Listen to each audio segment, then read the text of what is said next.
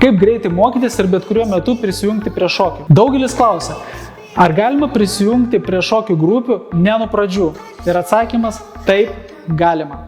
Šokių mokytojai padeda pagauti pagrindinius judesius, o šokių treniruočių struktūra padeda adaptuotis naujokams palaipsniui. Svarbiausia – nebijoti. Visi kažkada pradėjo nuo nulio. Šokiuose nėra per vėlų, per sunku. Mes rekomenduojame mokytis savo tempo, o jeigu reikia, paimti papildomas grupės ar individualias pamokas, kur tempas būtų šiek tiek lėtesnis. Todėl nėra labai svarbu, kada jūs jungsitės, ar nuo rugsėjo, ar sausio, nes treneriai visą laiką stengsis, kad jūs jaustumėte komfortiškai ir patogiai ir progresuotumėt kartu su grupe. Prisiminkite, jeigu prisijungsite į grupę nuo pradžių, jūs gausite visą medžiagą ir nieko nepraleisite. O jeigu prisijungsite ne nuo pradžių, papulsite į stipresnę grupę, kurioje tobulėsite daug greičiau.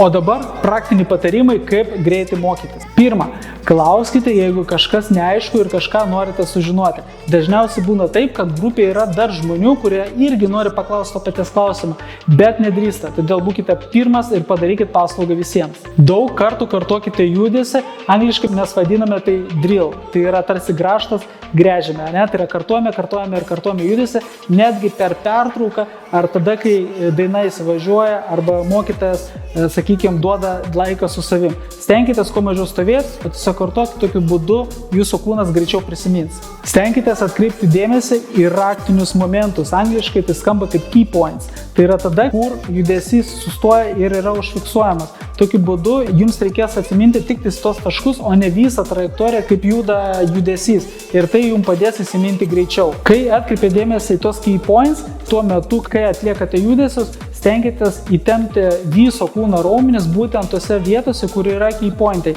Ir tokiu būdu jūsų kūnas greičiau suformuos neuroninius ryšius ir greičiau išsivystys choreografinė atmintis, jums nebereiks per daug galvoti apie judesius, kas eina, kas po ko. Todėl va šitą būtinai darykite ir tai labai stipriai pagerina mokymąsi.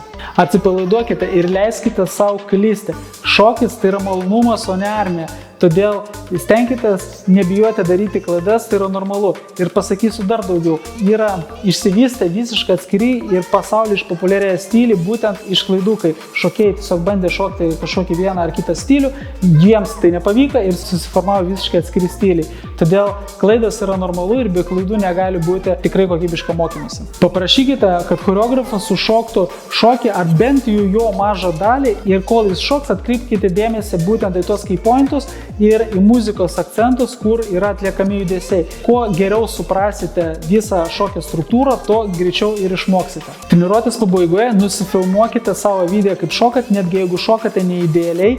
Kitą dieną šviežia galva pasižiūrėkite video ir paanalizuokite, ką galima būtų pagerinti. Tokiu būdu šokių mokymasis vyksta 3 kartus greičiau.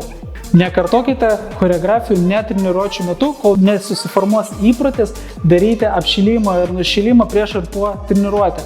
Stenkitės pradžioje šokti kuo labiau schematiškai, įtempiant kūno dalis ten, kur yra key pointai. Ir tik tada šokti kartu su muzika. Jeigu šoksite su muzika iš karto ir daug kartų, jums tiesiog ta muzika atsibos, jūs negalėsite klausyti ir nebejausite malonumą. Šiais patarimas naudojasi daugelis žinomiausių šokio pasaulio choreografų ir šokėjų. Tad pasinaudokite ir jūs.